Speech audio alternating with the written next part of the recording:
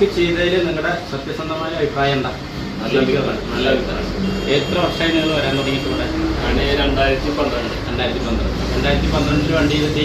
ഈ 2025 വരെ വല്ല കംപ്ലൈൻറ്റ് വന്നിട്ടുണ്ടോ? അതിന് 8 തവണ വന്നിട്ട് അതെന്തായിരുന്നു? ഷോക്ക് മാറാനാണോ സ്പ്രിങ് മാറാൻ വന്നിട്ടുണ്ടായിരുന്നു? അതിനുശേഷം വേറെ കംപ്ലൈൻറ്റ് ഒന്നും ഉണ്ടായില്ല.